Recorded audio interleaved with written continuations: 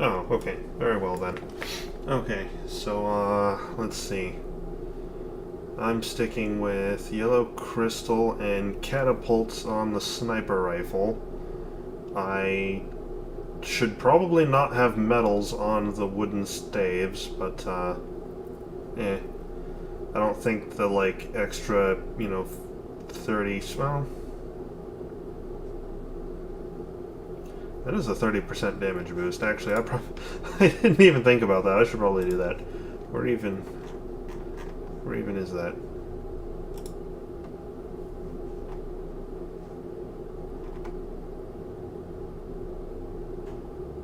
Submarine 2. Wait, from what?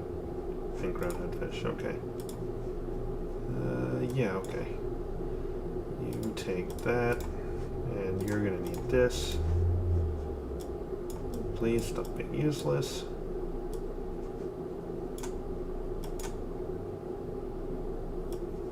Can we get this in any reasonable amount of time? No, nothing here. Well, that's a bunch of fuck.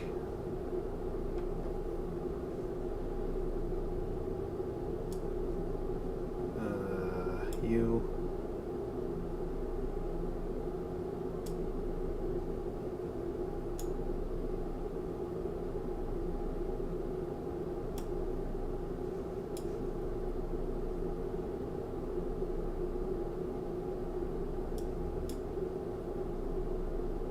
Okay, there's a black stone. That's not quite what I had in mind.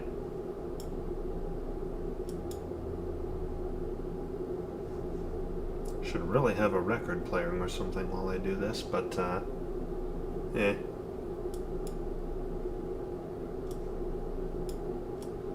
Okay, did I look at the wrong one? No? That's right. Well, I mean, yeah, why not bullets too on the needle glove? Helps increase DPS, right?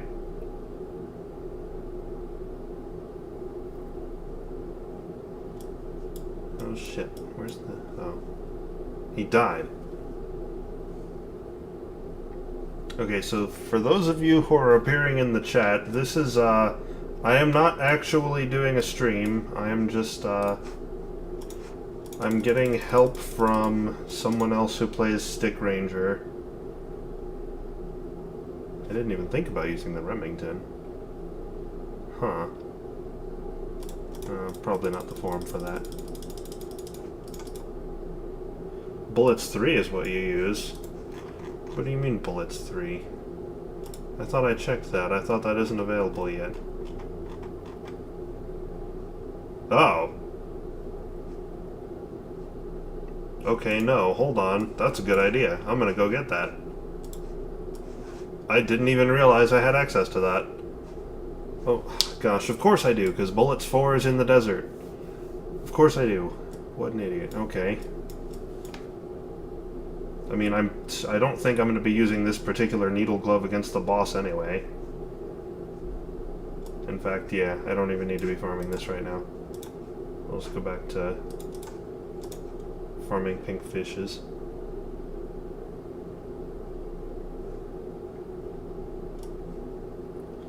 Yeah, so you guys in the chat can't actually see it, but there's someone else on my other monitor talking to me who's just gonna try to help me get past a mega boss that I'm having kind of difficulties with here.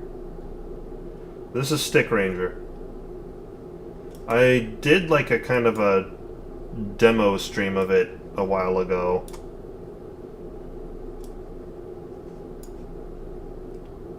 Oh, nothing here.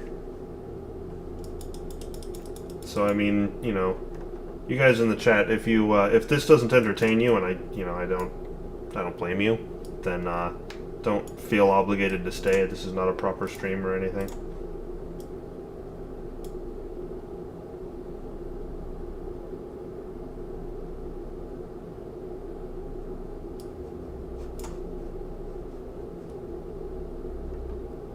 And yeah, okay, here just everybody's gonna come watch me play Stick Ranger. Oh, there's the shit I needed. Okay, let's get it and get out.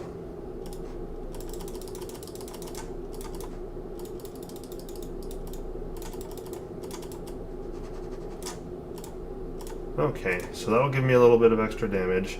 I'm not going to be using this. I'm going to be using this. I've tried a variety of things on the gunner. I tried both of these and with a variety of compos. Well, this one I just kept as it is. Then, you know... Yeah, I may as... There's not even a sense in farming for bullets 3 at this point, because I can just get bullets 4 from Desert 2, so there's not even a sense in that. Yeah, I did this during one of my Oddworld streams and before... no, I did it as its own stream. You know what? I'm actually gonna go... Give me just a second. I'm gonna grab a record so there's not just, you know, silence. I got my Hotline Miami record in today. Been wanting to listen to it.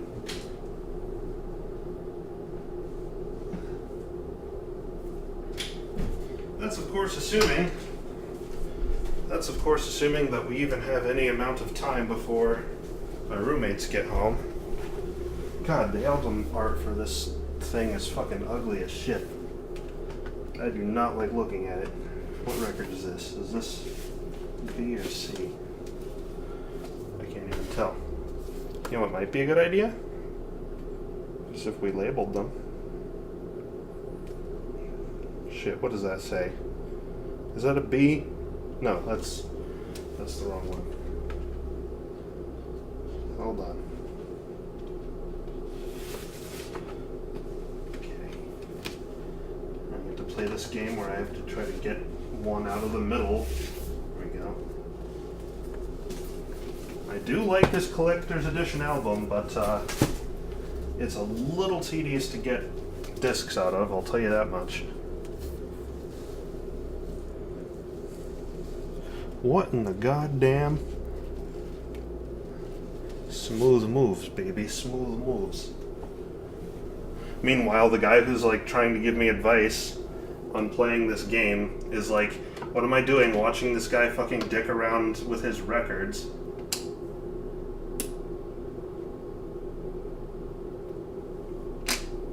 It is not what I came to do. Oh, you know what might help? You know what might help? Having the stereo on the right setting. Oh, there it was. Okay.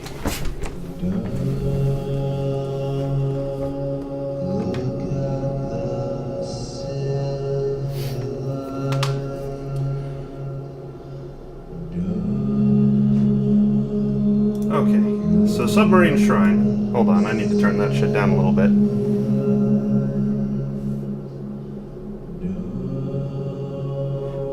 I'm probably gonna get, like, copyright stricken for having, you know... having, copywritten records or music playing, but oh well, fuck it. I need something to be playing. So, Boxer is just frozen, and now Boxer's dead. Okay, good. That's what I wanted.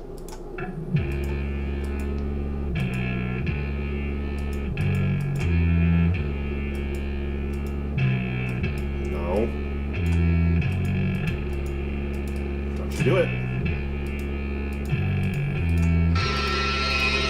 Wow, okay, that got loud. Can we not have that?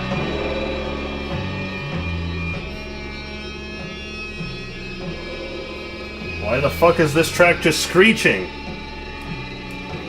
I picked this particular disc because it's got a track I like on it. Well shit, Gunner's fucked.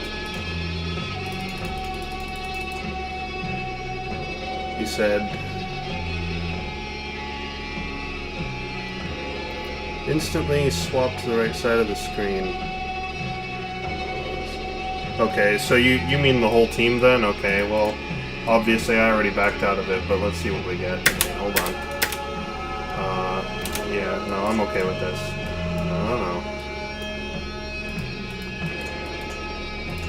See, it's like, I try to juggle all three of these guys and I can't do it.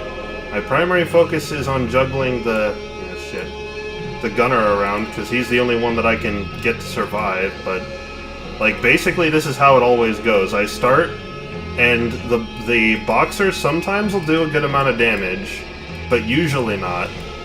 And then the priest will pretty much just die uselessly after a short time, and then the rest of it's just gunner. And, like, hypothetically, I could be here for the next 3 hours grinding these guys, but...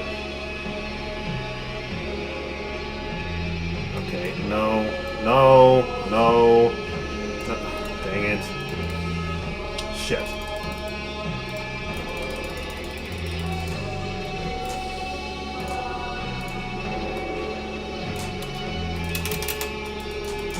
Okay, I'm okay with this.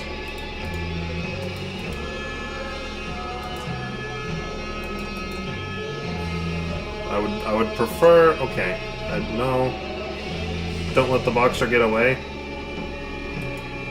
Is that what I'm doing wrong? Yeah, this song is supposed to sound like that. But the thing is, this isn't heavy metal. This is just a...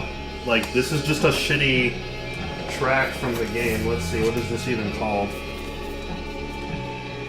Like, I'm not a fan of this. It's called, Silver Lights. And I'm not impressed by it so far, but unfortunately on records you can't really just tell where the songs begin and end, so I'm just gonna have to get through it. Okay, so how do I prevent the boxer from causing the shrine bosses from doing that, then? Oh, so don't let him attack the... Okay. Okay. I don't know why I didn't think to try that. Oh, okay, hold on. No, no, no, no, no. Okay, well, he's done.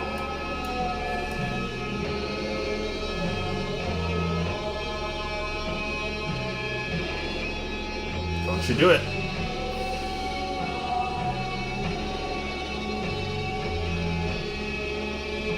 Shit. Oh, I fucked that up. You gonna survive? Yes.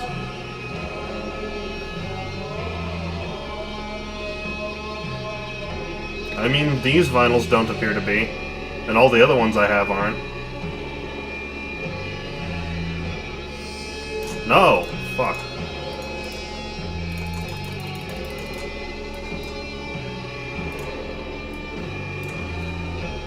Okay, this is better.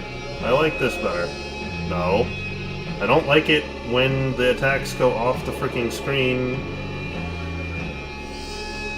And I can't really see what I'm doing. Okay, well, the boxer's... Oh, no, there he is. Oh, okay, well, the boxer's definitely stuck there now. And the boxer's dead. Good. Who's next?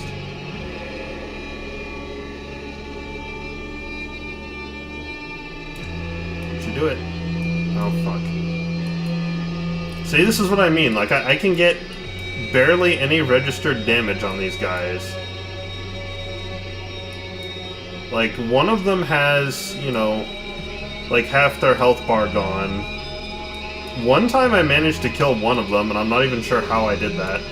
This is fucked. God, this song sucks. It's really obnoxious. Maybe, wait, maybe these are marked. Maybe it's these, like...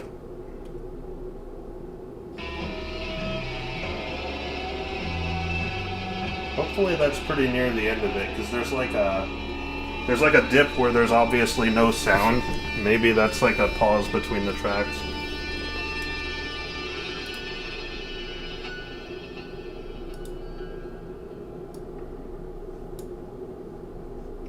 So it's like, okay, here's a good song. I like this one. Turn that up.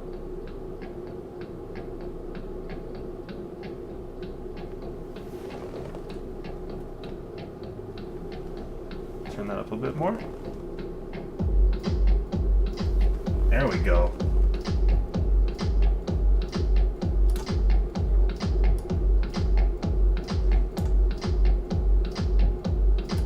No, no, no.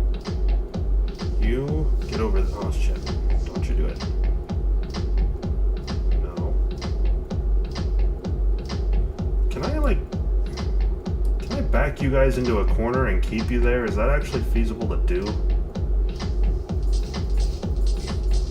I'm guessing I could kind of do it, but you're probably not gonna...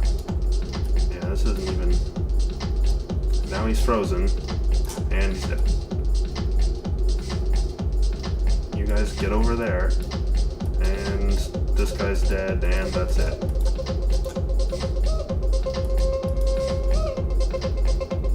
Can I join voice chat? You know, I actually didn't think of that. Yes, I can. Hold on.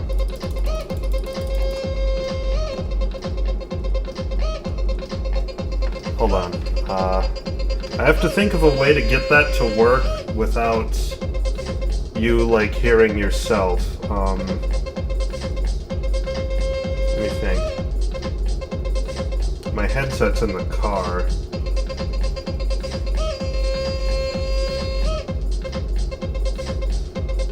There isn't a headset around me that I can use.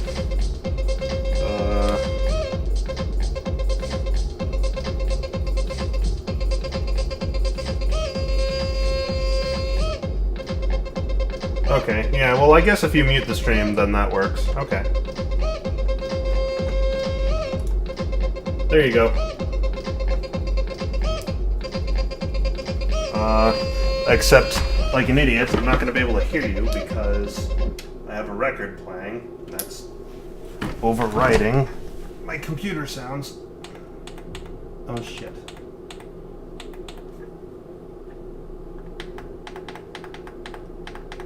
There we go. Okay.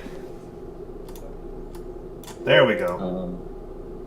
I can hear you now. Alright, excellent. I guess the first thing is try and focus on one, or the eel that's closest to your team.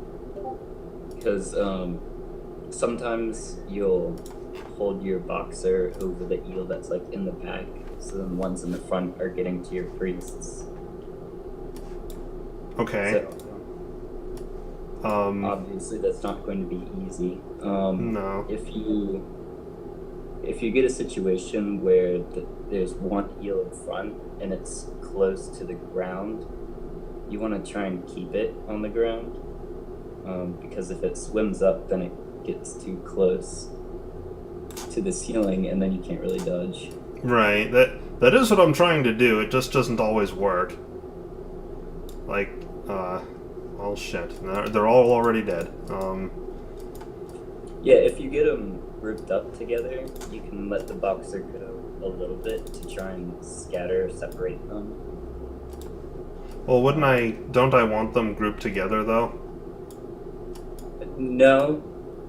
You really just want one.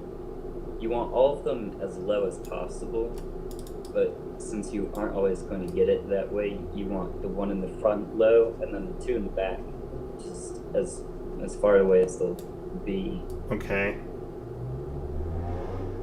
I sure wish the freeze charm worked more often. Yeah, I wish charms reduced duration as opposed to like a % chance of blocking. Yeah, that would also be nice. Shit. No, that was just a mistake. Good.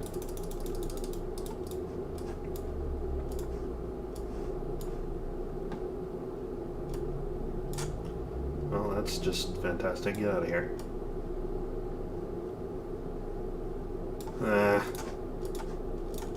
It's like all it takes is one of them to freeze the boxer, and then that's it.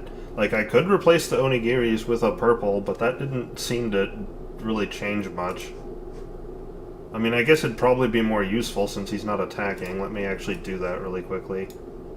Wait, hold on. What drops you it? could get a second glove, but that would be a lot more fun.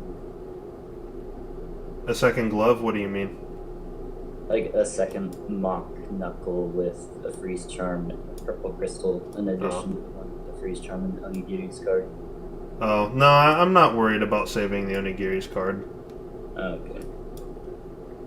If I really want another one, I'll just go get another one.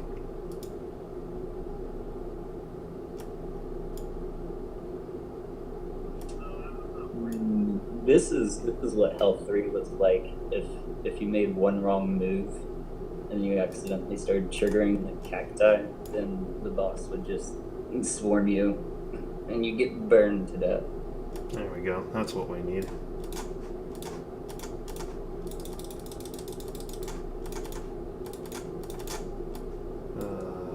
Yeah, there we go. Okay. So I have my purple crystal back. Let's give that a shot. Okay, Yeah, I didn't know where'd the purple boxer go? crystals reduce duration until I tried out to protect against the poison in Mountaintop from the Desert 6 boss. I was like, oh, the poison duration is much lower with the purple crystal. Yeah, I knew that they decreased duration, but I'm so used to the lower percentage numbers not really making that much of a difference because the game just truncates decimals, and it winds up not having much of an effect noticeably early on in the game. Like later on it does. So I'm used to not paying it any attention. God damn it.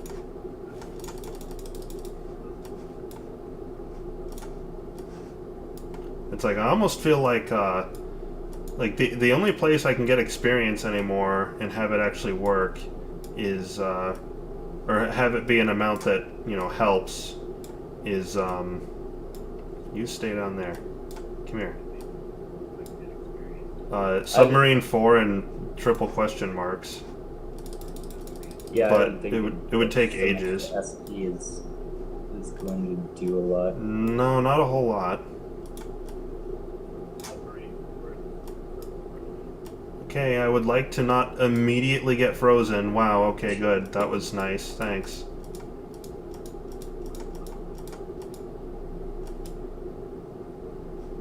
It's like I almost feel like I need to change the name of the game here. I feel like there's something I need to be doing to try to out DPS them, but I don't see how I don't see how I can do it.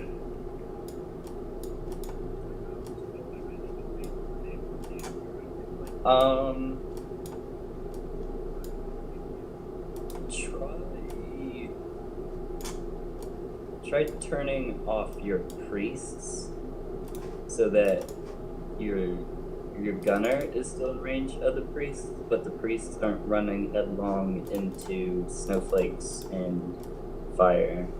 Okay. That'll give you a bit more ability Get away from to me. recover. No! Move! Come on, Gunner, fuck! We got him right where we want him.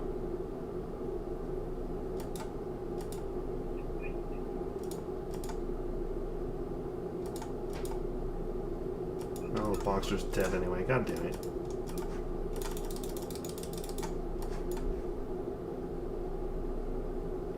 Oh, the person who I'm talking to in the stream is Direstorm. He's a stick ranger enthusiast and speedrunner.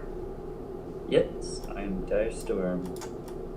I sometimes, rarely stream Stick Ranger. I'm probably going to do another speed run pretty soon. That's exactly what I'm trying to prepare to do and learn how to do. But it takes a lot of time, and time is not a commodity I usually have.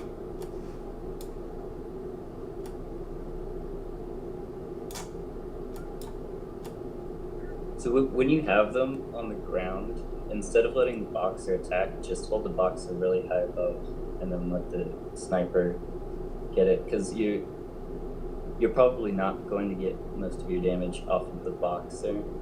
Okay. So there's a couple of times where the heals had spawned right close to you. Instead of letting the boxer sit on the ground and attack, just hold them above the eels. And when you have all three eels grouped together, it's probably not going to end well, especially if they're that close to the ceiling. I'm trying to make it so that if they do start to get close together, I push the boxer right on them so that it'll kind of encourage them to, get away, but... Yeah, it's really hard to manipulate the eels successfully. It's like, even this right now, where it's like, I have one eel in a place that's really convenient, and only one other one is even bothering to attack. There's nowhere I can put the Boxer that's safe. He just kind of ate fire damage and died. Like, I don't...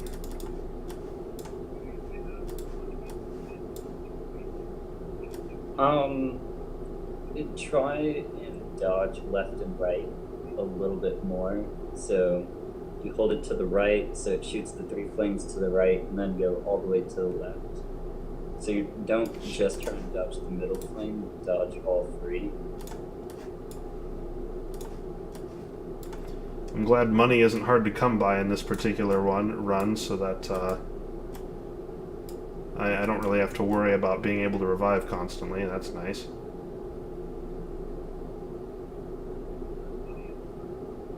Get back on the ground. Oh shit. That's not really what I wanted.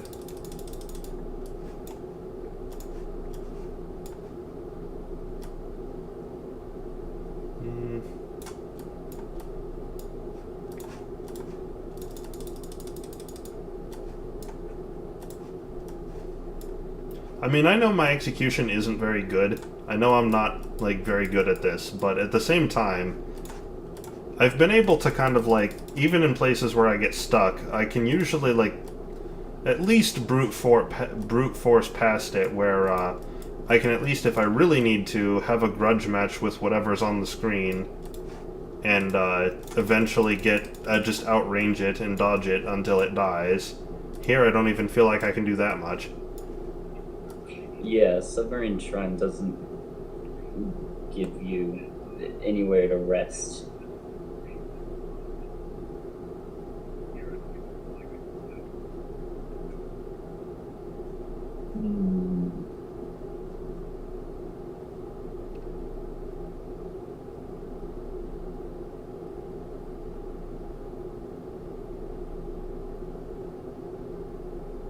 So when I did my run yesterday, I didn't have a catapults card, but that gives your Boxer a lot less space to dodge. It does increase your damage, but I don't know if increasing damage would be worth it. I mean, it looks like you're doing pretty well right now. Yeah, I was. But now they're kind of all grouped together, which is not what I wanted to have happen. Having them grouped together makes it easier to dodge the flames, but at the same time, they also just, no matter where I am, all 3 of them are shooting constantly, so that's not helping me out. Oh, that's so when they're all together, it's actually easier to just dodge with the gunner. So put your team together and just move your team out of the way of the shots, because it's all coming from one direction. But when they're spread out, it's easier to bait the shots away.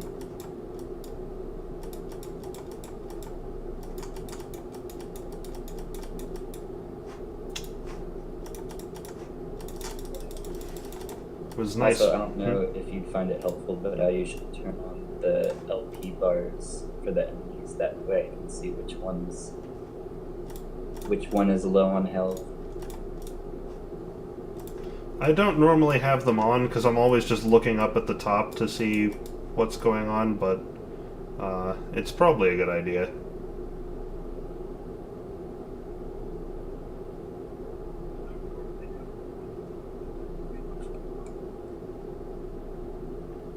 I really don't want these guys up at the top like this. I wish they'd kind of back off. There we go. That's better.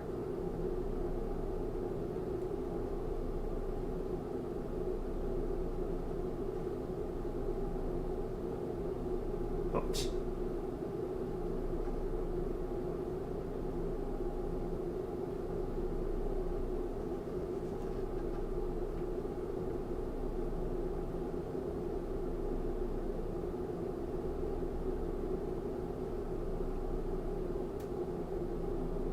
Okay, so in terms of like total life, I've managed to kill one of them.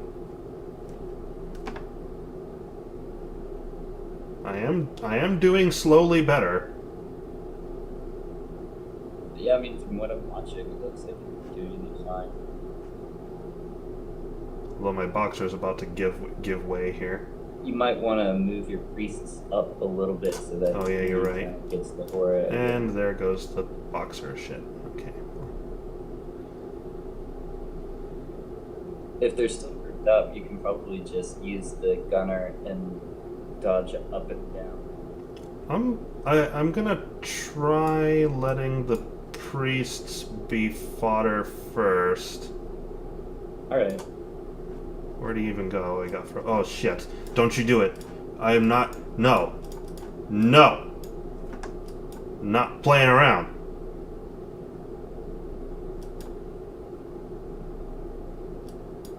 There's one over there that I can kill. But it's in such a bad place.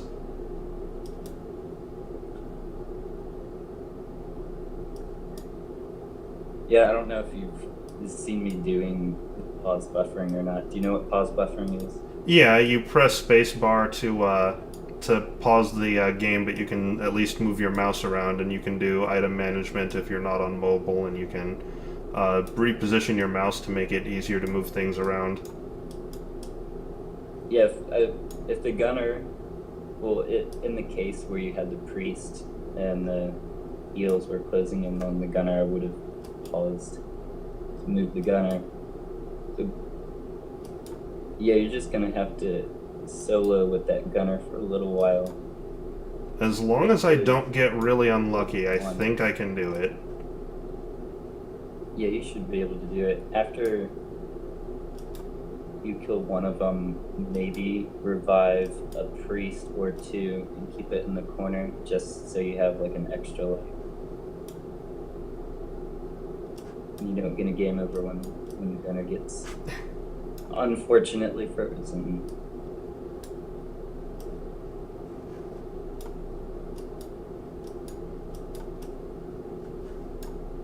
I would really like to kill that one with low life. That'd be fantastic.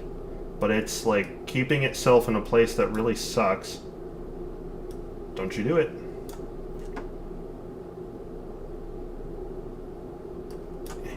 Oh shit, I lost control of the gunner. Where'd he go? There he is.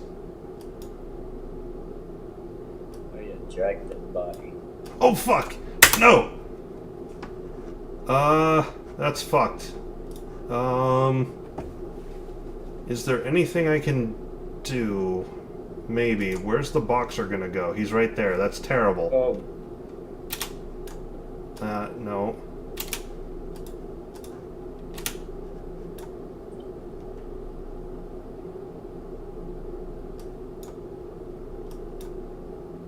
Okay, I got one of them. Nice.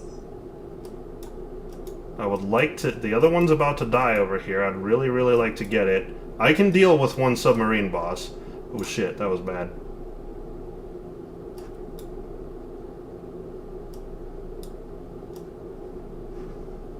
Yeah, like I said, when you have the opportunity, try and get a priest. That's probably not a bad idea anyway. I mean, I've got tons of money, so... Oh shit. Shit. The priests are not set to move. Fuck. Where's the other one? You. Come here. Shit, he didn't follow my mouse. Okay, this guy's almost done. Come on. Okay, that one's done. Alright. There's only one left. Oh. Yeah, at this point you can probably go back to having the two priests and the gunner attacking and having the boxer baiting the shots.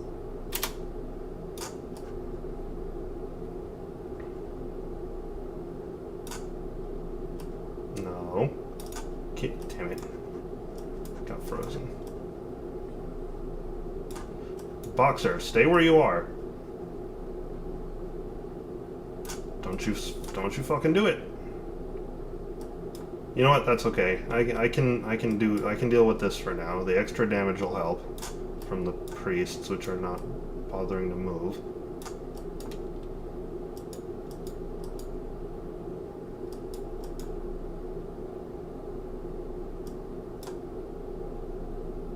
Yeah, just be patient, and I'm sure you'll be able to do this.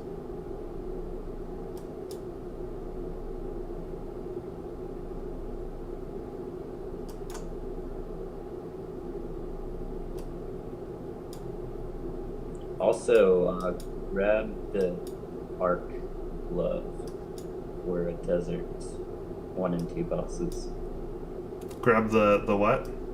The Spark Claw from Forest 1, since Desert 1 and 2 bosses are strong against physical attacks. Oh, that's a good idea. I should do that. You're right.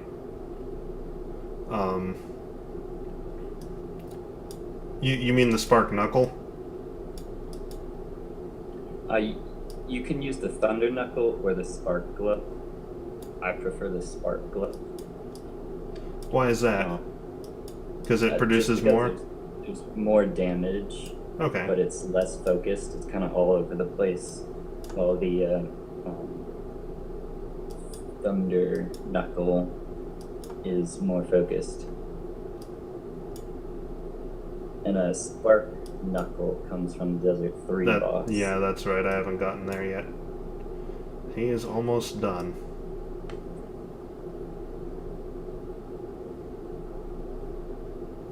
And you'll get the Needle Knuckle from Desert 1. I have my list of Boxer and Gunner DPS weapons listed in DPS order that I usually refer to decide which one I'm going to get. Okay, there he goes. And he gave me the Gold Rush card. Nice. Okay. Wow, that was fucking awful.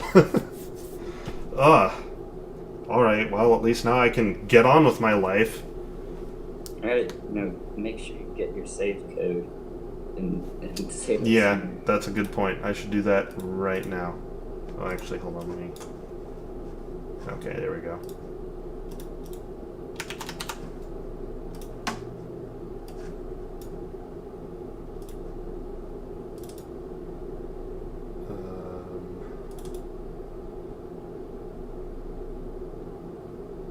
Where is it? Let's see. Gunner, Priest, Boxer. Oh, I actually don't have a file for this one yet. There we go. Okay, that's saved. Can't lose it anymore. Alright. Well, thank you very much for helping me get through that. You're welcome. Alright, so I'm going to progress through Desert 1 like normal, and I'll talk to you later. Alright, have fun.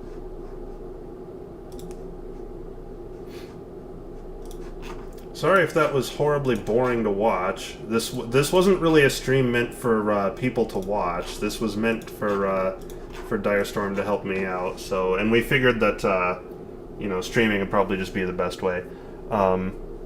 So okay, so now that I actually I'm not in the middle of like the battle of my life, I can read the chat and actually respond to people. Okay, so the buttload of stuff that I got at the expo. Well, actually, hold on. That'll take a while. So let me get to that in a second. This game is Stick Ranger. It's a fun flash game. I recommend it to anyone.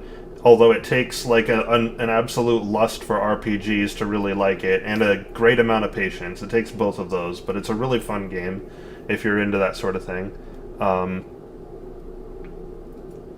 The Adventure Home is not part of the game's name. I added that because I'm dumb. Okay, so stuff that I got at the Let's Play Expo includes I got a really good deal on so much stuff. I got a Sega Genesis and a Sega Genesis Model 2 with the oh. Wait, did Josh already mention what I got at the expo? I haven't watched the most recent Pokemon Yellow yet. Tell you what, let's find out. Let's find out. Are we gonna have a fun time today? No. Are we down for surf? Nice. The rocks are basically the opposite. Just kind of hope that it does.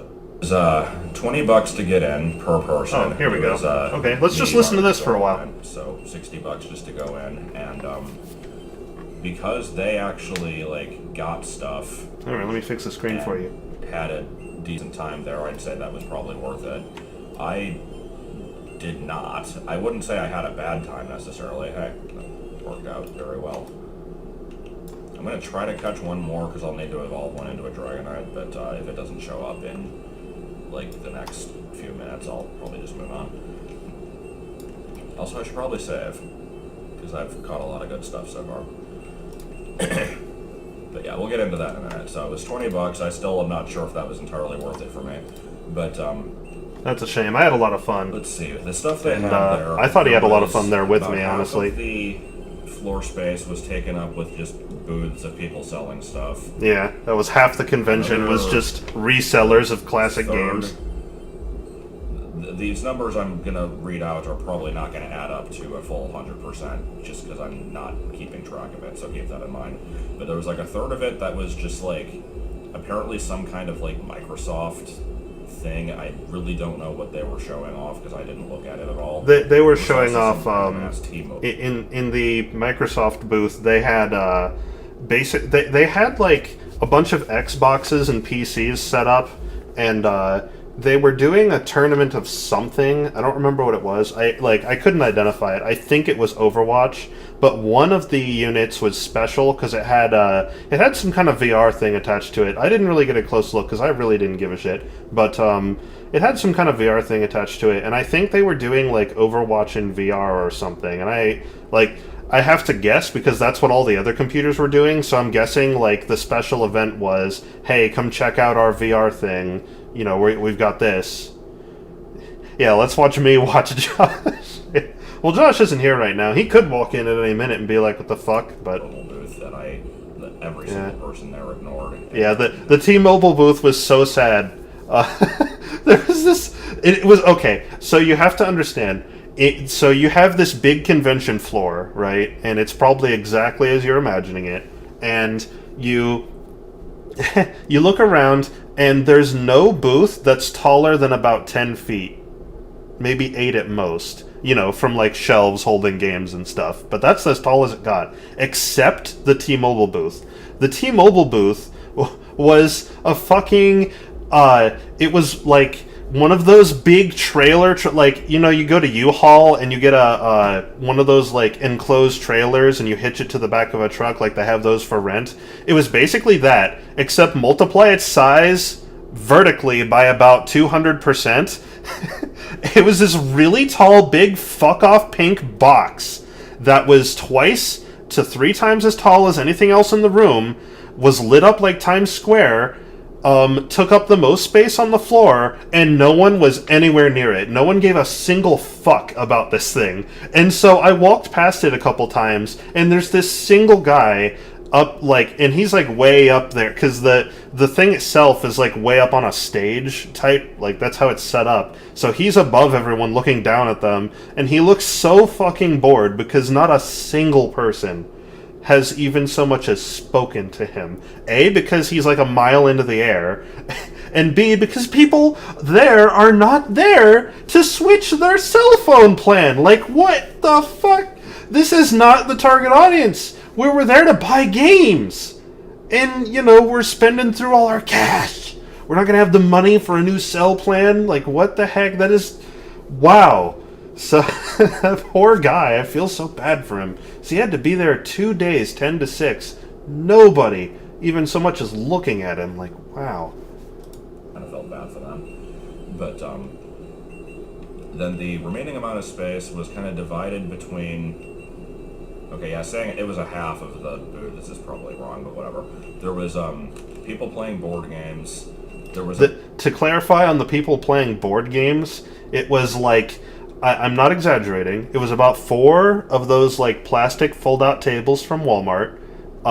One of them had a stack of just random games from all eras. And when I say games, I don't mean D&D. D&D was nowhere at the convention, and nothing like it was at the convention. It was all tabletop games in the like family-friendly traditional sense, where, you know, they had things like Hungry Hippos and shit like that. and there was like a couple people here and there playing like some card games, not even ones that I cared about. Like I was expecting to see Yu-Gi-Oh there, it was not there. I was expecting to see Pokemon, no. Magic the Gathering, no. A bunch of random ass console games. Monopoly might have been in the And then thing. there I was, didn't. like, I didn't take a close tournament look. area, which, as far as I can tell, was just like Super Smash Brothers stuff. And when I say that, I mean basically every game in the series, because there was apparently a Smash 64 tournament at one point. There was Melee going on. There was Project M going on, and then there was Smash 4 going on. I don't think there was any Vanilla Brawl, because people never play that, but... There actually was Vanilla Brawl, and I pointed out to him a couple of times when we were walking around in the vendor area, because regular... Wait, hold on. I think I just got confused. Was he talking about Brawl, or was he talking about the original one? Like, just the original Super Smash Brothers? I actually don't remember. Oh, Vanilla Brawl is what it was. Okay, that's right, yeah. Vanilla Brawl was there. It's just, it was kind of downplayed. But I remember pointing out to him a couple times, I'm like, oh, there's Brawl. And I could tell because it was like, someone picked a character, and yet, like, you know, each one has that unique narrator to it. Like, you know which one that is. And, but I don't know if there was a tournament for it. I just remember hearing it going in the background. Every other version was on there, and I didn't really pay attention to any of that because I'm not a competitive player. And like everyone that, like, there was a lot of various levels of skill out of people there, and everyone was playing every different version pretty much. And they basically, so you have half the convention is the vendor area, the other half is the game playing area, and of that half of like the convention, a half of that, so a quarter of the convention, was just Brawl, or not just Brawl, just Super Smash Brothers in all of its forms, like, and just that. That was a quarter of the convention. Then the other quarter was split down the middle between individual consoles that were set up with things and arcade cabinets, plus like the 4 random tabletop tables. I saw like a little bit of it from a distance, but it's not really my thing. I don't blame him, I it's not really my understand, thing I either. think Zero was there, like the competitive Smash 4 player. Oh shit, I didn't know that. It could have just been somebody else using that same name though, because I wasn't like... This convention was so small. I just There was like, there was um, nobody like they were making announcements that on, I like, knew of loudspeaker there. and stuff, and I think they like called it him up to was stage it was at small one enough point. for me to think that like I don't know, just- nobody would have flown in for this. And I think he placed third. Galaga in was the there, yeah. 64 tournament. I don't know who got second at first. I wasn't listening really. I would be willing to get into like competitive N64 because it's given that it has a smaller roster and its mechanics are more primitive. Like, it seems like pretty much the only one you can reasonably get into anymore, because it's like, and keep in mind, I do not think the N64 Smash Brothers was the best one. I think Melee was the best one, but I still also like Smash 4, and like, having said that, it's not like a nostalgia goggles thing that makes me think that it's the only one that you can get into anymore from like a starting position. It's just because the other communities, other than maybe Brawl, because like you said, no one, you know, gives a shit about it, has such an incredible skill ceiling. Like, there are such just ridiculous depths to which you have to learn the mechanics and get really good at executing them and learning what things to use in what situations, which is all case-sensitive logic, which I hate.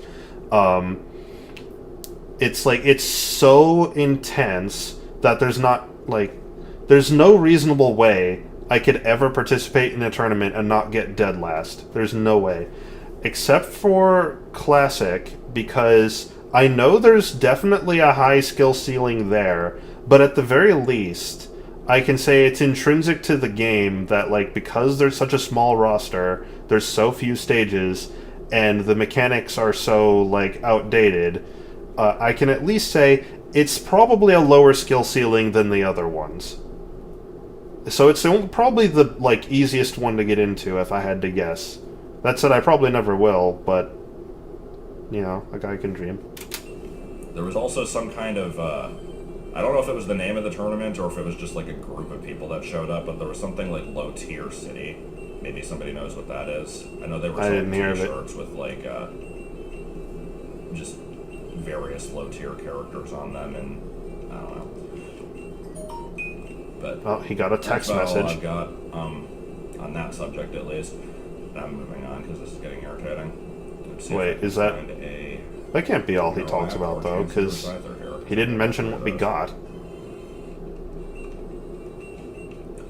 Let's see. The random ass console games Oh, okay. He was just done are with kind that of one. funny because it was just they had a bunch of tables with, I'm gonna say, around 30 Yeah, this was like... TVs set up. Usually, I suggested that he and I walk over to that area and look And around. They had a few games And that you might expect. it was surprisingly worth the time just to look and see what they had there. And I think there was like Doom and just various. Because they had like, some popular weird games and, stuff there. They had like some of the old Mario's and stuff, but then they had like Tomb Raider 2. Like, who's gonna just go there and play that? Yeah, I loved that.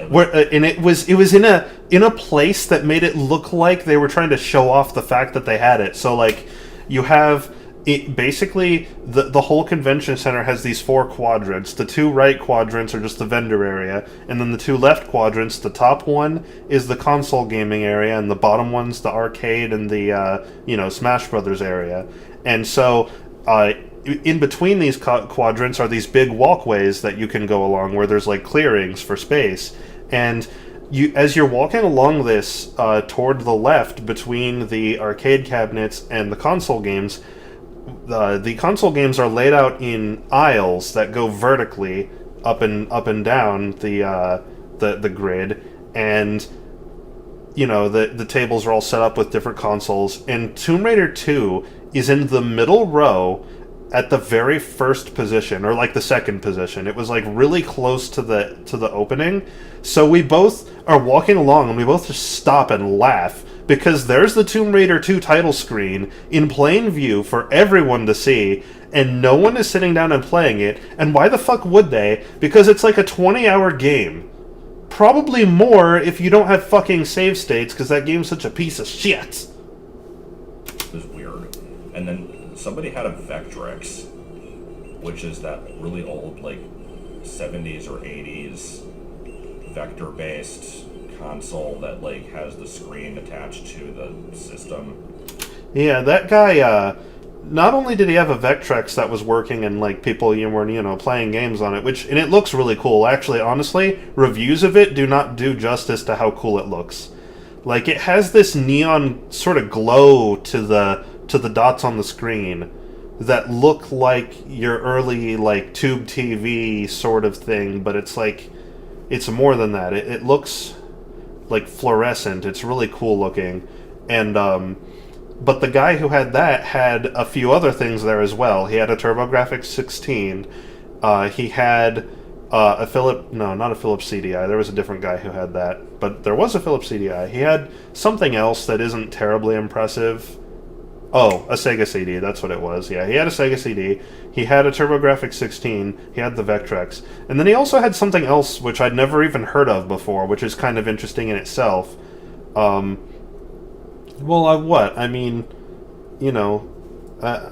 figured people were enjoying this. I don't mean to just be like ripping off Josh's video and just talking about nothing, but I thought people were interested. If not, I can stop. But, so he had another system which was interesting. It's called the PCFX, and so the thing is, whenever people refer to the TurboGrafx 16, sometimes they call it the PC Engine, and sometimes they call it the PCFX. And so I thought the PCFX and the TurboGrafx 16 were the same thing. They're not. The way it actually works is the TurboGrafx 16 was released. It's a cartridge-based system. Then they took the architecture of that system, but made a CD-based like system for it, and this thing was freaking weird. It was basically just a computer desktop tower from the 90s, like straight up the white shitty plastic, the like big chrome bold letters on it. It looked like it was from the 90s, and it was from the 90s, and it was a CD-based system, and it was working, and it had interesting looking games on it, and I'm like, wow, what, like, I've never even heard of this. That's cool. No, I was going to answer Cheese's question. I just wanted to finish the point I was making first. That's all. So the way vector graphics work is like, as you know. Now, as you know, the fisheye is worth 15 points. Okay. Normally, monitors have a grid of they have a grid of liquid that can be charged with pretty much any color, and the way we determine what that color should be is there's a grid, 3 separate grids of red, green, and blue, and pixel for pixel, they each come in and add a certain amount of red, green, or blue to a specific position on the screen, and that's what gives us, the modern flat screens that we have today. In the past, monitors, CRTs, that were still pixel-based, would actually use... it was actually a single electron beam that would be fired through 2 different capacitors, one that is vertically oriented and one that's horizontally oriented. And what would happen is, it's actually just all a CRT monitor is it's a single electron beam, and when that beam hits a point on the screen will light up on that spot and be black everywhere else.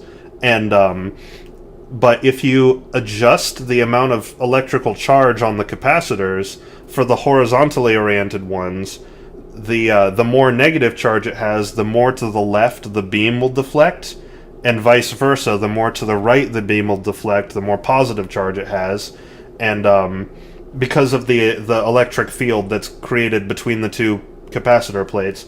And then the same thing is true for the vertical one. So you just adjust the capacitance of these 2 capacitors very, very rapidly, and you get the beam to point at the top left of the screen, cycle all the way to the right, shift down 1, cycle all the way to the left, and it does that really fucking rapidly. And it's literally just an electron beam being fired at a phosphorus screen. That's what CRTs are, but, they just have 3 different color beams, and they just, they change the intensity of the beam to affect the pixel color. Vector graphics work the same way, except, A, there aren't 3 beams, there's only 1, because you just have black or white on a vector screen, and B, the screen region isn't individual pixels. The screen isn't set up so that, the beam is moving left and right at a constant rate, and it lights up pixels as it goes. Instead, what it actually does is the system keeps track of an internal set of lines. It remembers where these lines on the screen need to be, and they can just be dots. Like, it could be a line of length 0, which is just a dot, but it keeps an internal record of all of these lines, and for each line that is supposed to be drawn to the screen, it will adjust the electron beam to where the start of the line is, and then it will adjust the capacitances as a function of how that line curves until it reaches the end, and then turn the electron beam off, adjust the capacitances to the next point, turn the electron beam on, adjust the capacitances the way it's supposed to, and repeat that until all of the vectors are rendered. And, which obviously we haven't used that in years. That's so inefficient. Like, that's complete garbage. But it has a very, very unique look to it. You can't even go on YouTube and find out how it looks. You really have to see it in person. This thing looked like it was, like, 1960s space age... losing my voice. 1960s space age, like Lost in Space, Star Trek type shit. It was cool.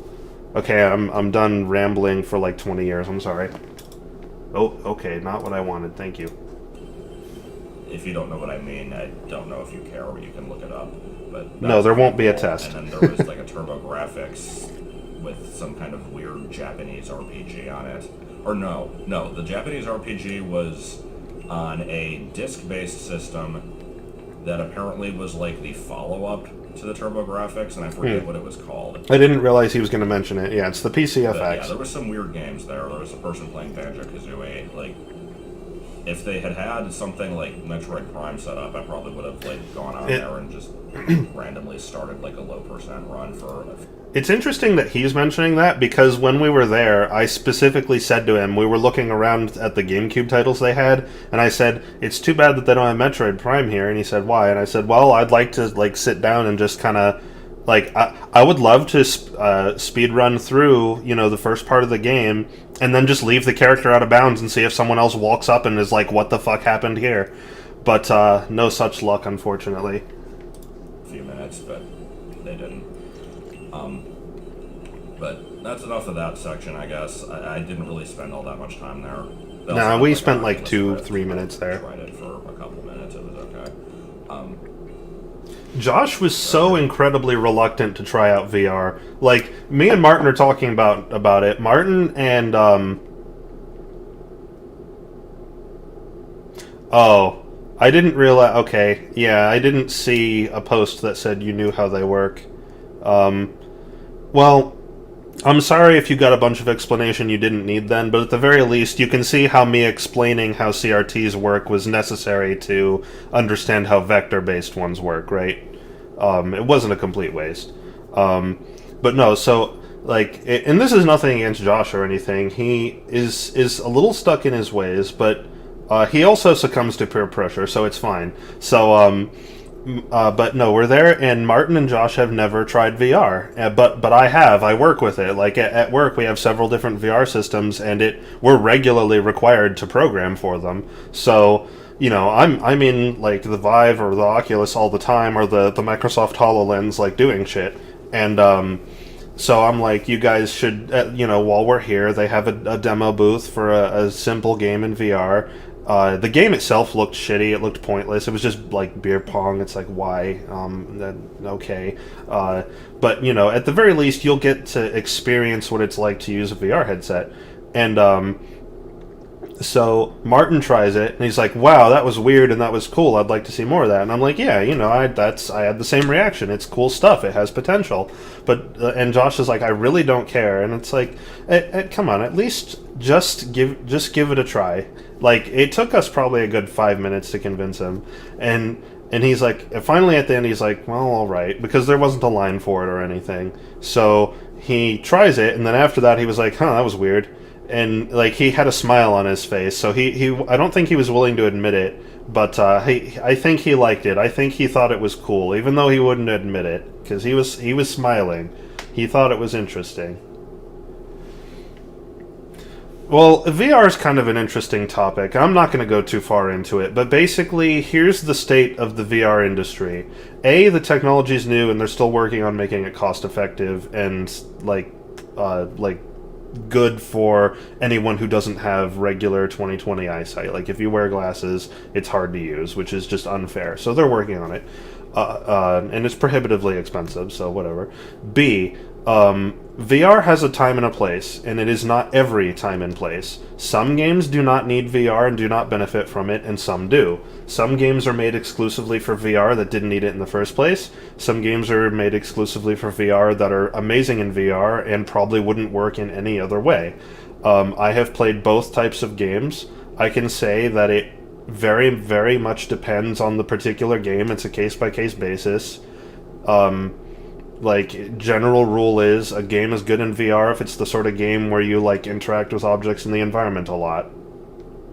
But even that doesn't really hold true all the time, because, like, that's true of Minecraft, and Minecraft is shitty in VR, at least in my opinion. But I also think the industry has potential. I don't think it'll ever replace consoles. I think it will always be a supplement to them, in the same sense that,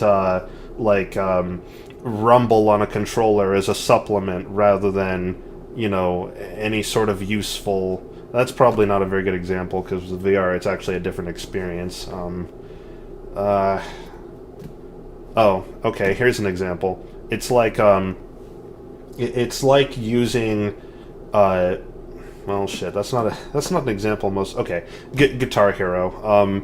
The Guitar Hero controller would never replace a regular controller, it never would, but for that game and for games like it, I'd rather use the Guitar Hero controller. It's good. It, gives you, works. Fine. Great.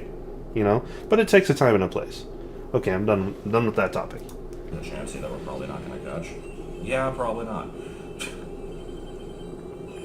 And it shows up again. No. By the way, you missed the Pokemon thing.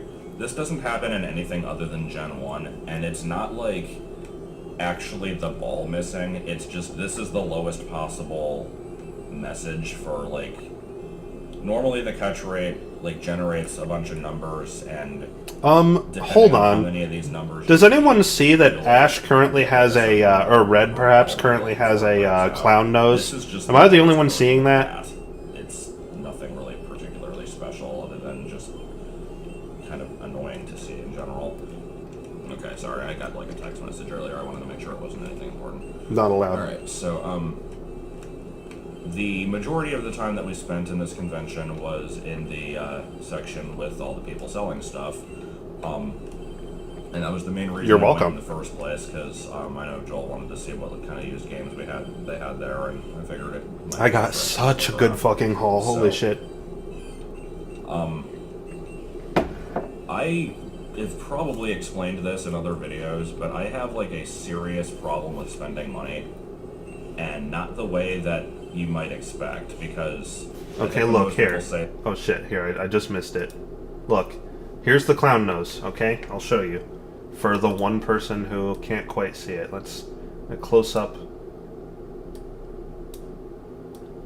I wish OBS had the XSplit style of doing things, because it's so much better. Take a look at this face. Tell me that this little red region, right here, tell me this does not look like a clown nose. Oh shit. Oh come on, fuck you, I can't undo that. Man, now I gotta manually readjust it. Come on OBS, get with the program.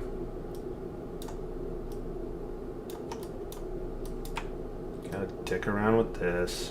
Waste everyone's fucking time. Not that I'm not wasting everyone's time anyway.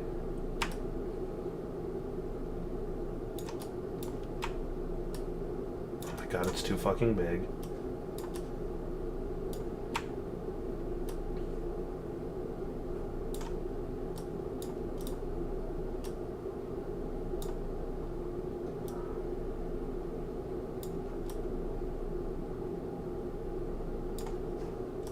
I think when most people say that, they probably mean that they spend money way too...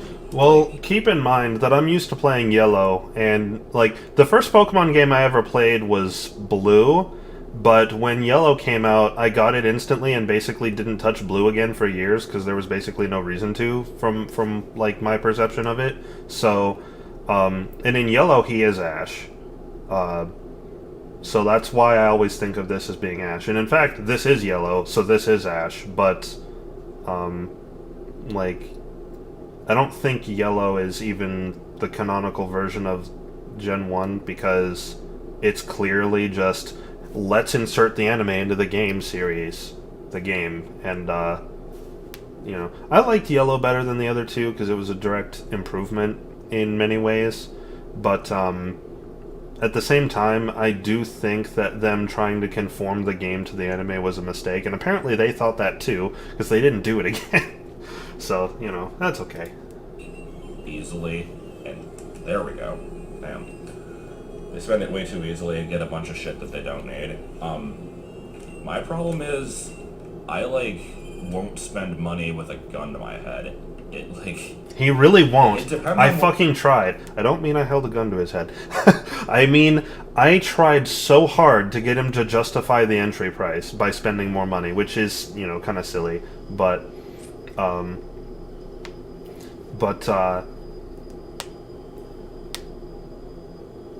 okay, well, look, one way or the other, obviously the canon for Gen 1 is fucked, so, you know, either Red got those things at some other point, or B, Red and Ash are the same person, and I know at least one person in the chat's gonna have a problem with that, so something is fucky, But let's see, what was I saying? Oh yeah, it's like pulling teeth to get this guy to spend money, which is okay. That's a good thing because like fiscal conservatism is not a problem. But he spent $20 to get in, which I probably shouldn't have let him do. I probably should have just paid for him to get in, honestly, so that he wouldn't have to like regret it, because he was regretting it the whole time, and I feel like that affected his enjoyment of the place. I didn't think about it at the time, but so like we're walking around and I'm buying stuff, and I'm like, I'm also pointing out stuff that I'm not gonna buy, but are just interesting things, like a Bible buffet on Sega Genesis. There were lots of shitty games there, and we're pointing at him, making fun of him. Sometimes Josh will see something he actually wants, like Yoshi's Story, and I'm like, it's $20. Get it, and justify coming here. And he's like, no, because I can just play it on emulator. And I'm like, you're right, but isn't there a certain sense of like, don't you feel the need? Because, like, for me, the reason I collect these old shitty things that I can easily emulate is because I feel the need to physically possess parts of my childhood. And I told him that, and he's like, I mean, yeah, I agree with that. I understand that, but it's just so hard for me to justify. And it's like, okay, I understand, I get it. But,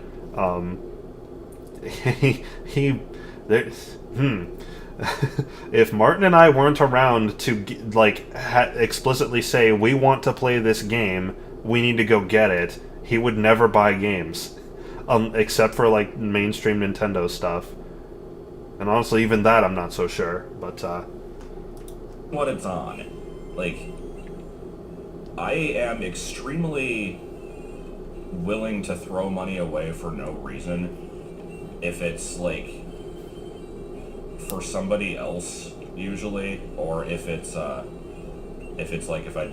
need want to just get food or something like that, I won't care. For food, he doesn't care. For presents, we were actually talking about this the other night. He mentioned that he specifically will not purchase. He will purchase birthday presents for other people, but he doesn't like people to purchase birthday presents for him. He doesn't like his birthday to be acknowledged, which I thought at first it was just kind of an arbitrary rule he decided he was going to do, and I was like, that's, that kind of seems unfair, because then like people wanting to return the favor can't, or they risk upsetting you. But like we talked about it more, and I got him to tell me that the reason for it actually is that because he feels obligated to return it then, and he's worried that either he'll return it in a way that's too much, return it in a way that's too little, or not be able to return it at all, or something like that. Return the favor, I mean. And that would create, or has the potential to create problems. And I can kind of see that, and actually for the same reason, I don't like people getting me stuff, because I'm never able to afford or think of things to get for other people usually. So I kind of understand that. I don't know why I'm talking about this. That has nothing to do with anything. I just, Big Dip After Dark. The dark stories of living with a YouTube celebrity. Basically, I'm just trying to say, I'm not the kind of person who will just get rice and beans because it's cheap. I'll spend money on whatever I want. I don't care. He's reluctant to let the fan base send him stuff. The stated reason, and I have no reason to think that this is not the case, is he does not want our address floating around. It's as simple as that. And I do not think...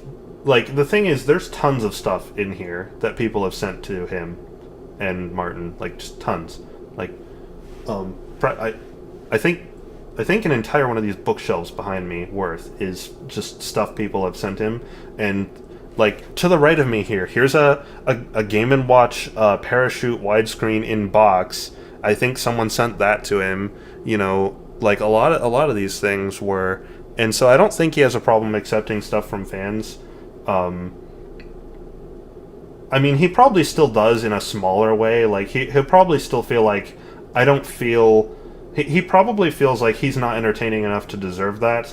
But at the same time, I think that's kind of different, because there's this forward implication of, you have entertained me, so I'm going to give you this. So the payment's already been made, type of thing. If that makes any sense. I'm just kind of guessing. He hasn't really said that.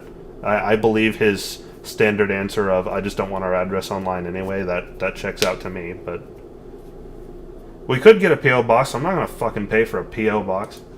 But if it's for like a game or just some kind of like random stuff that I want, I won't get it because I mean, he's entertaining to me too. Like, you know, the reason we're friends now is because once upon a time I was a fan and I had a spare computer laying around. That's it. That's all that happened. I am looking through all the games and stuff. They've got pretty much whatever you can think of, going from the And it, you know, it turns out we actually get along pretty well. So there's that. There were a few things. Fuck you. There were a few games that I wouldn't have minded getting. Most notably stuff like there were some old Super Nintendo stuff like Yoshi's Island, Kirby Superstar that I really like and See, don't have physical I copies. tried to get him to get those things. He pointed them I out. don't feel like I need physical copies of those games because I can just emulate Yep. them. And I've been Never unsee it. You're welcome. So it's like I'm not gonna drop $30 on Yoshi's Island just for the sake of having it. There was a guy selling amiibos, and yes, I always say amiibos. I know that the plural is just amiibo. I don't care. I think I'm done in this area. We're moving on.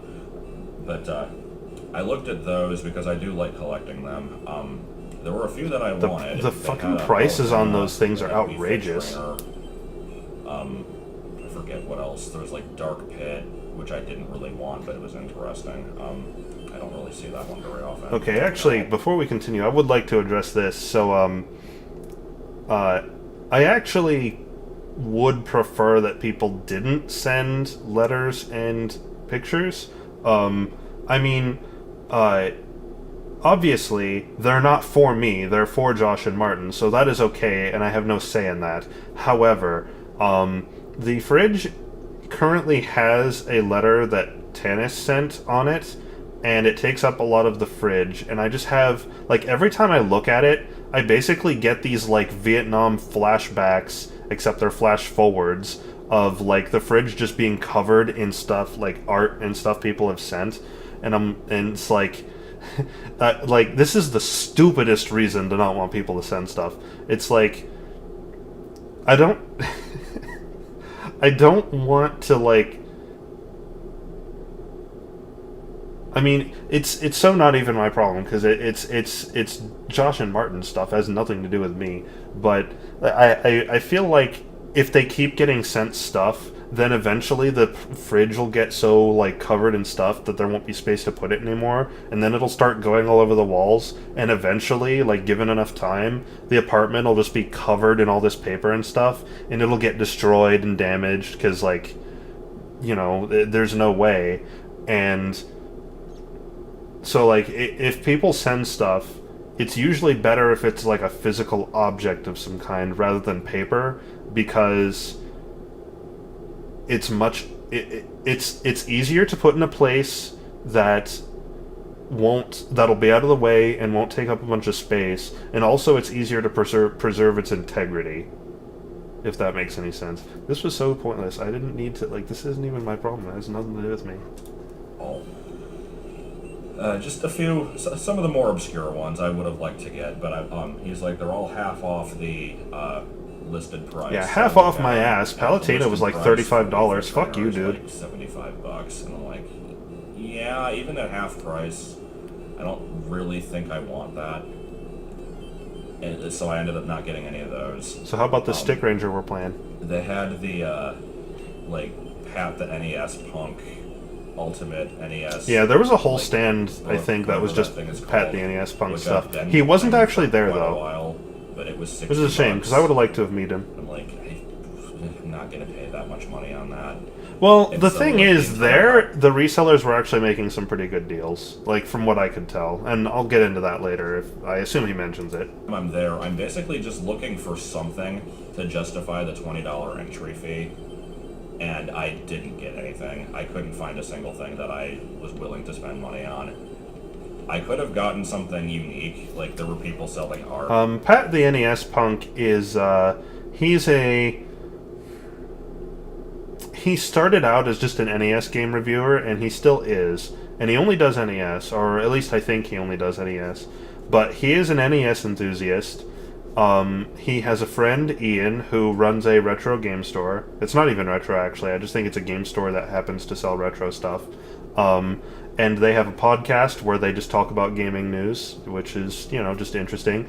He has a really, really cool series where he lives in California, and he goes to these swap meets, I think once every month, and he looks for resellers selling games. He'll give you here's what this game's actually worth. Here's what they're selling it for.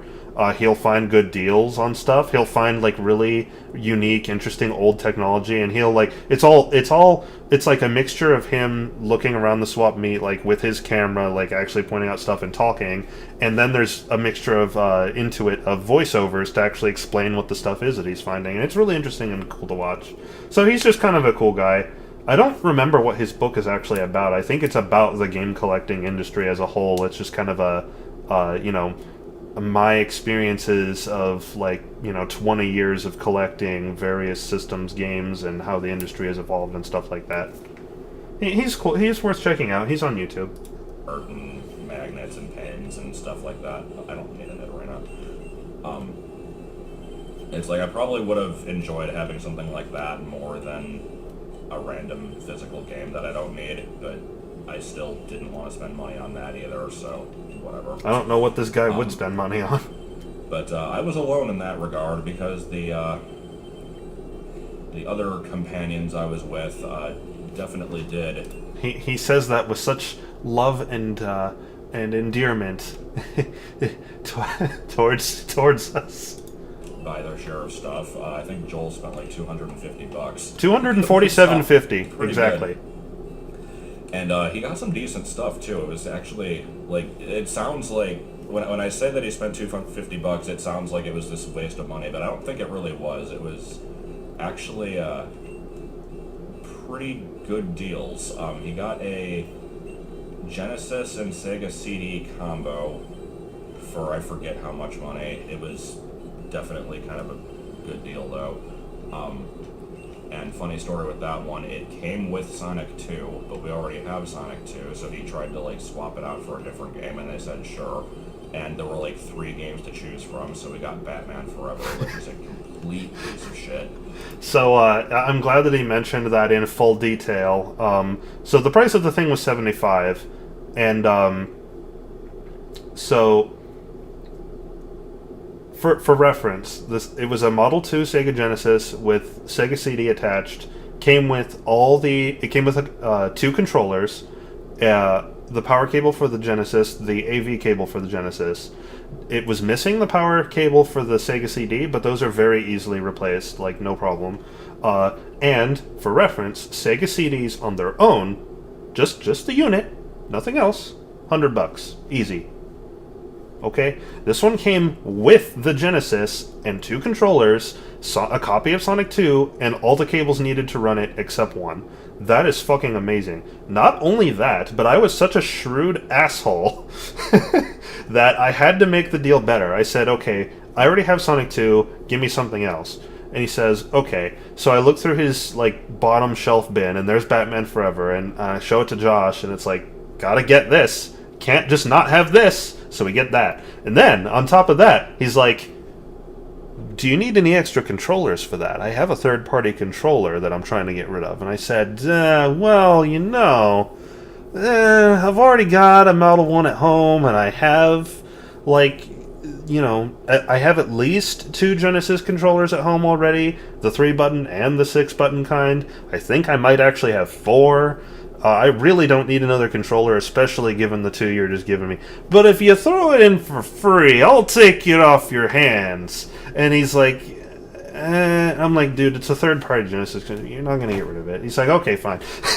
So I got another controller. So I now own at least 5 Genesis controllers, quite possibly 7, 2 different Sega Genesises, and a Sega CD. For $75. What the fuck? Oh, right. The whole reason I brought that up. Yes, I'm going to be streaming Batman Forever. Probably with Josh. probably pretty soon. I'm waiting for Exodus to be finished, and then once I'm through with that, then I'm gonna try to find a block of time, like on a weekend, where he and I can do Batman Forever on the Sega Genesis, which ought to be pretty good. That game a lot, so it's kind of funny to have it, I guess. I'm waiting to see if he finds it. There's another like really good piece of bargaining that I did. Don't worry, Cheese. I'm not gonna put Explorers aside to play fucking Batman Forever. It'll be a one-time thing that happens irrespective of Explorers, where he and I just kind of go through it just to make fun of it. It'll be one play session. We're not going to beat the game. Unless we happen to beat it in one session, I kind of doubt we'll get very far. We're just going to poke fun at it and make stupid quotes, and that's probably it. Like, you know, I don't see it as being longer than a 2 or 3 hour stream at most. You got Mario RPG, and then basically just a bunch of boxed Genesis games. And Okay. I think that was about it. I don't remember exactly. Martin got... Okay, yeah, he did. Okay, so the copy of Super Mario RPG, I fucking haggled this guy to death to get, because let me set up the scene. It's the first booth that I see at the convention. No, I'm sorry, that's not true. It's the second one, because the first one didn't have anything that I wanted for a reasonable price. So it's the very second booth I look at. They have a copy of Super Mario RPG. They had a copy of Parasite Eve and Final Fantasy VII for the PS1, which are both things that I want, but they wanted way too much money for them. And so I'm noticing this trend of, like, you guys want too much for stuff. And the thing is, the guy who was selling the games clearly didn't know what he was selling or care.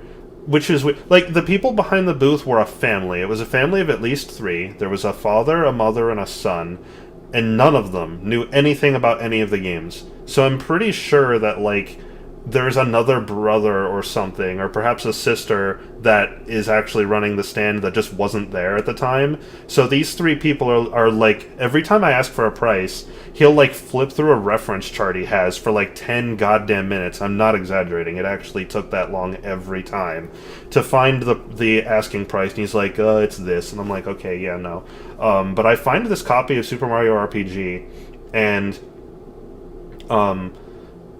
it's like, it's no box, no manual, just the cart. And, you know, it's, the dog has shoved it up its ass. You know, the label, looks, the label is like torn, not torn. It's really weird. There's just like these holes in it that have been, like, it looks like someone rubbed something abrasive on it in random places just to fuck with me. I don't know. It was, you know, it was fucked up. So the guy's like, that goes for 60. And I go, bullshit, that goes for 60. I didn't say it in exactly that word. I said, no, okay. And he's like, but, like, at this point, I've asked for the price on 3 different games. He knows I'm looking for stuff. So he goes, okay, wait, make me an offer on it then. I go, okay, well, I look at it. I spend like a good 15 seconds just looking at it and just thinking. I'm like, at this point, I don't really want this game. I want to have it. I'm probably never going to play it. I just want it just for the novelty of having the thing. I will likely never even use this cartridge, and it's expensive. So given that I'm looking for games that I actually want to play, and this is the first thing I find, I'm not impressed. So I tell the guy, if I'm being perfectly honest, I said that exactly this to him. I said, I don't really want it. I just want to have it. I'm not actually going to play it. This isn't a game I really want that much, but I do want to add it to my collection. The most I'm going to give you, no matter like how much, like the most I'm willing to spend on it is 45. And he's like, okay, well, how about meet me halfway at 50? And 50 is not halfway, that's less than halfway. But I pause for a little while. I'm like, I don't really want this. I'll give you 45. And he does the same thing I just did, where he like pauses for a while, and he's obviously like really not wanting to do this. But he's like, but at the same time, it's the last day of the convention, like 3 hours before the convention closes. He's not gonna sell fucking anything. So he's like, okay, fine. And so I got it. I got this game for $45. He wanted 60 for it. And after I'm done, I hurry Josh off to a corner. I'm like, dude, look up how much this is worth. I have no idea what this thing's worth because my phone was dead, so I couldn't check.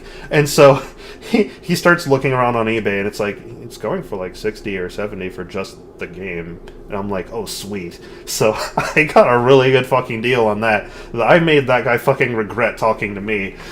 Poor guy. No, I actually really like Super Mario RPG. I would never play it on console. I would just emulate it. I don't, because it's too long a game to just play on the console.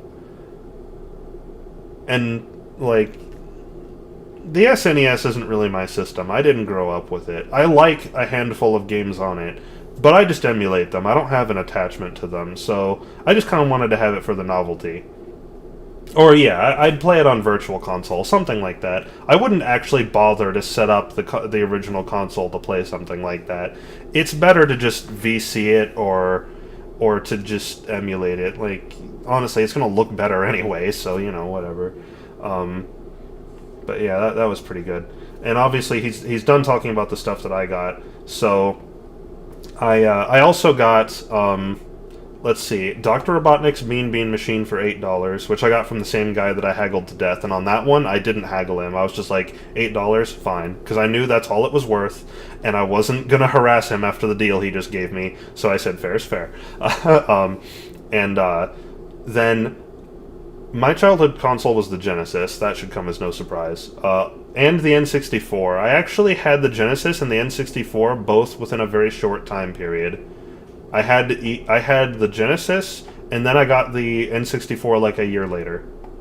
Like, I had them very close together because I lived in a poor region of New York that did not, like, I couldn't get consoles when they were new. I had to get them way after they came out, so that's why that happened. But actually, I'm not very good at saving money. As I just said, I spent $247.50 on a games collection I'm probably not going to touch. But, you know, but yeah, the Genesis and the N64 are the consoles that are near and dear to me. If I was going to make a collection, like a complete collection of any library, it would be the Genesis or the N64. Unfortunately, Martin's already doing that, and I'm not going to compete with someone in the same house. Not only that, but I like the Genesis slightly more, so I'm more likely to do that. But the other stuff I got was, I got a copy, I got such good fucking deals, like holy shit. I got, I kept asking around for Sonic 3, and everyone wanted, like, for complete in box, they wanted $30. I'm like, dude, I can get it complete in box on eBay for better. Come on. So, couldn't get that, unfortunately. It's like the one Sonic game I still need to add to my collection. I found a guy at a booth. I didn't even have to haggle with him. He just wanted to get rid of the stuff. He goes, I'm looking through his games, and I pull out 2, and I'm like, dude, you have both, like, 2 of the, like, 4 games I'm looking for in one spot. And he's like, yeah, they're both complete in box, and I check they are, and it's Quackshot and Lost Vikings on Genesis. And he goes, 30 for both. And I'm like, it just, as soon as I heard it, sold. Because the total value he just gave me, bare minimum, was $40. Complete in box, each of those separately goes between $18 and $20, although it's usually closer to $25. So he already gave me a good deal, and I'm like, okay, wow, that's amazing. It was such a good deal, I fucking forgot that it came with Lost Vikings. I thought I just spent $30 on complete in box Quackshot, so I forgot that I actually got Lost Vikings with it, and I started asking people out of their booths, like, hey, do you have Lost Vikings? I'm looking for it, even though I have it right there in the bag with me. So, like, that was just funny. Then, I got more than that. There's something else I'm forgetting. Oh, right, the other good deal I got. Shining Force. Shining Force on Genesis, especially complete in box, is quite expensive. It's a uncommon game and it's a popular game. So those are like the worst combinations of things to have. I found a booth that had complete in box both Shining Force 1 and 2. Shining Force 2 he was asking 100 for. I would have bought it, except that's way too much money and I'd already spent like, $180 and I'm like, okay, need to slow down on the spending. Alright, because by this time I'd already gotten the Sega Genesis. So, need to slow down a bit. I'm like, gonna have to hold off on Shining Force 2, especially since I don't actually know what it's worth. Probably more than that, but okay, set that aside. I'll take a look at Shining Force. And he, pulls it out, and I look at, yeah, okay, complete in box, alright, how much you want for it? 60. I'm like, wow. I heard that number, and I pull out my wallet, I'm like, I only have $40. Can you hold on to that for me? He's like, yeah, I'll set it to the side. I'm like, okay. So I go to the ATM, pull out $20, and come back. Which was unfortunate, because every time I had to pull out money, it was $3.75 for a transaction fee. So I wound up, at the convention, spending $7.50 in just transaction fees, because there was one to pull out $200 and another to pull out 20. And I should have fucking listened to Martin. I'm such an idiot. We went to the Chase Bank, which is also my bank, and Martin and Josh went in and took out cash for free. And I was like, nah, they'll all have card readers, I'm sure. Fucking none of them did. I'm used to going to Akon where everyone has a card reader. I've never had this problem before, but this is a small convention. What was I thinking? No one there has any money. They can't afford a card reader. So I go to the ATM and I do that. I come back and I give them the money. Don't even try to haggle. I'm like, yes. Because I've seen Shining Force 1 complete in box at Movie Trading Company. Now, granted, it's Movie Trading Company. They charge for, $1 million for everything. And they wanted like $150 for it. And I'm like, okay, so reasonably, take that price, knock 100% off. That's still $75. That's probably the asking price for it. So I'm still getting away on a deal. And I look it up on eBay, and there was only one copy being sold. But sure enough, Shining Force 1, complete in box, was going for like $80. I'm like, okay, chances are I got a good deal. So I was a happy camper. I was so happy leaving that place. I probably got even more stuff and have forgotten about it. I don't even remember. I have a stack of games in there that I could go look through, but I'm not going to do that. We'll just go on with the video at this point.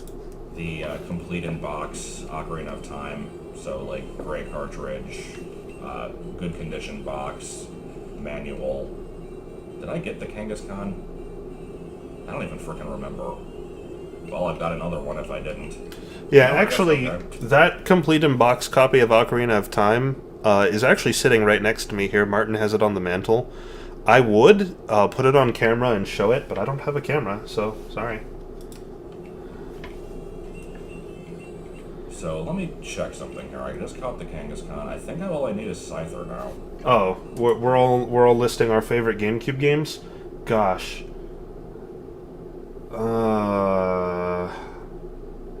Wow, that's tough. I'm gonna have to go with either Sunshine or Pikmin 2 or A Thousand Year Door. It's gonna be one of the three. If if I include speedrunning into that, which one is my favorite game to speedrun, then we would go with either Metroid Prime or Wind Waker. Although, really, I like Wind Waker HD speedrunning. Wind Waker GameCube speedrunning is very fun to watch, but Wind Waker HD speedrunning is much more, ridiculous, so I like it better. But, favorite GameCube game, it's so hard to pick. Probably Pikmin 2 or Sunshine. It's got to be one of those two, because those are the two of the games on the GameCube, out of many, but those two especially. I can pick them up anytime and play through them front to back and not get fatigued from playing them. I adore those games. Except when Pikmin 2 decides to RNG, fuck me, then I kind of get sore a little bit, but as long as that doesn't happen, I can just go straight. Wind Waker HD is more broken than the original, and here's why. They tried to patch a glitch that speedrunners use in the original called storage, which, what it does is you can time it so that you get shoved off of a ledge at the same time you pull out the Wind Waker, and when you land, the game will put the Wind Waker away on its own, and you'll be in a state where the game thinks you're holding the Wind Waker out, but you're not, and that causes weird properties in water, where you can do super swims. You can get into the water and hold the camera adjustment button forward, and once every frame, the camera will flip, and Link will flip with respect to the camera and gain some speed. And he'll do that once every frame, so you can just build up a ton of speed, and the moment you let go of the camera adjustment, Link will just fling at whatever speed he built up across the fucking ocean until either he collides into something or until he runs out of swim meter. Now in HD, they fucked because they patched storage out by making it so that the game just explicitly checks if Link is in the air, put away any items we're holding. Just straight. Okay. Storage is patched. Can't do it anymore. Fine. Don't need it. There's something better. They added a mechanic where any item that you take out that has a red dot, for you to aim with, we're talking the grapple hook, the bow, the boomerang, the hook shot, probably other things I'm forgetting. Anything like that. In the original, when you took them out, you would be locked in place, but you could rotate your view around to target stuff. In the new one, they made it so that you still have that mechanic, but you're not locked in place. You can use the left stick to also strafe while you're holding it, so that you're not locked in place. Great, nice, awesome. That's really convenient. Wrong. You pause while you're holding very slightly up, just enough for Link to... No, I got it wrong. You hold one direction's just full movement, and then you pause while holding that, and then you let go, and you push very slightly in the opposite direction to what's called ESS position, extended super slide position, which is just enough on the stick to get Link to turn around and walk really slowly. And if you unpause, the game will cause you to... Well, basically what will happen is Link will be holding this item, but because within the space of a single frame, you have made it so that Link needs to do his, slowly turning around animation, Link tries to do that animation, but can't, because he's locked into looking forward by the aiming thing. So he will start to build up speed rapidly in the opposite direction that he's facing, because that's the direction he's trying to turn around, but it's not happening. So he's just constantly building up speed. And so you can do this against a solid object infinitely. You can build up infinite speed, and the moment that there is no longer something preventing Link from moving, he'll just fucking fly off into the distance. So you can do this to build up speed against a wall, and then you can slowly inch yourself off the wall, and the moment you're not in front of the wall anymore, bam, you're just at outset. It's even faster than super swimming. They actually made the speed run for Wind Waker HD faster because it's easier and faster to do than the original method. Wow! Okay, I'm done. Yeah, Scyther's right here. I think I have everything else that can be gotten in the Safari Zone.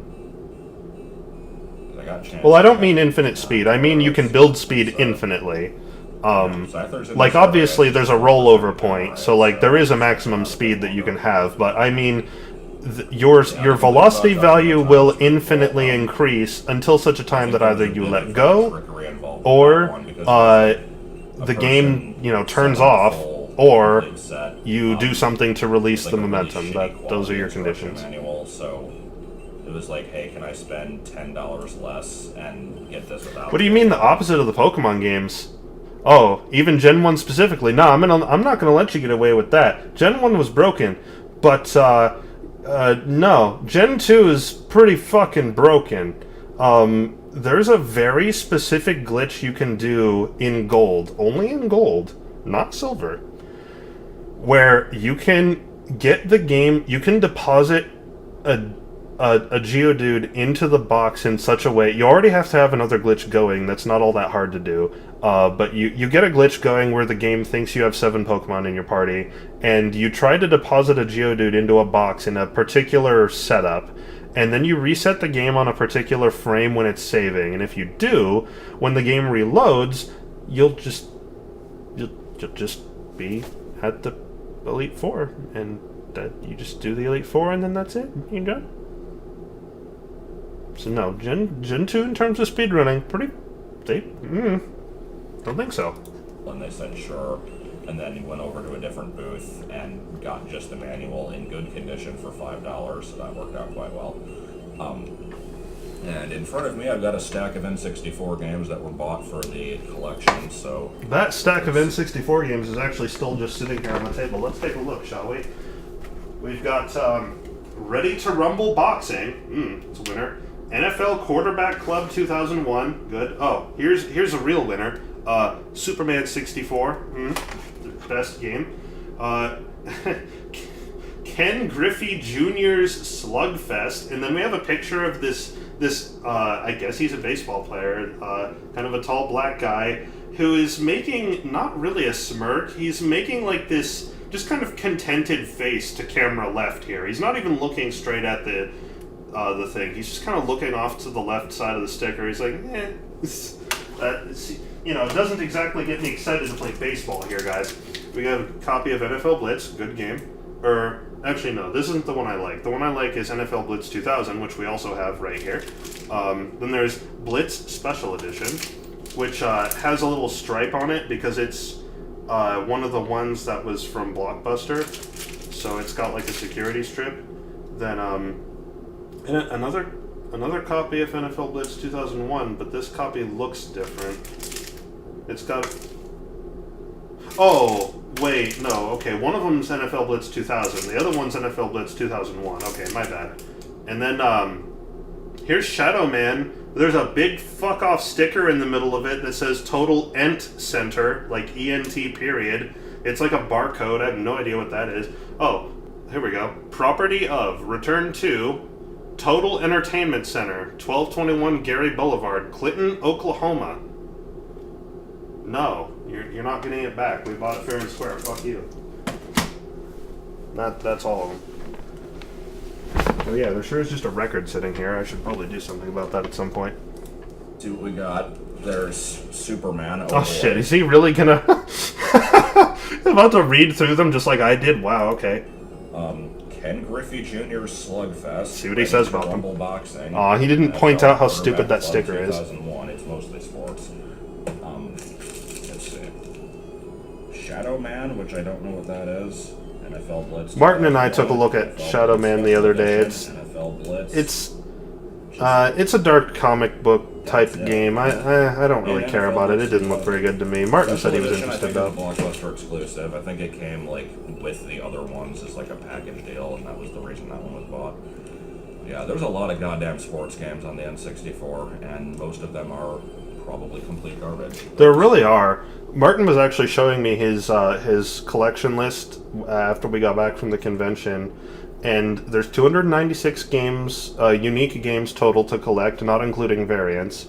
But of those 296, roughly between 100 and 125 of them are just garbage sports games. So you're talking about, almost half the library is just straight up garbage. That sucks. The N64 deserved better. This isn't the Wii. And, it's funny I even say that, because when we were talking about it, Martin turns to me and he goes, they didn't even have a concept of shovelware back then, did they? Shovelware came out, as of the Wii generation. I'm like, I think you're right. I think back then it was pretty much just anything goes, but it was all just sports games. So, that might be the roommates now. They need to be obtained for the collection, I guess. So anyway, let's actually make this attempt. Okay, I think he was done talking, and plus I think they're home now anyway, so probably shouldn't be watching a video of them. So it's been fun. Didn't plan this stream to turn out the way it did, but hey, it was a lot of fun. Thanks for hanging out, guys. I will talk to you later.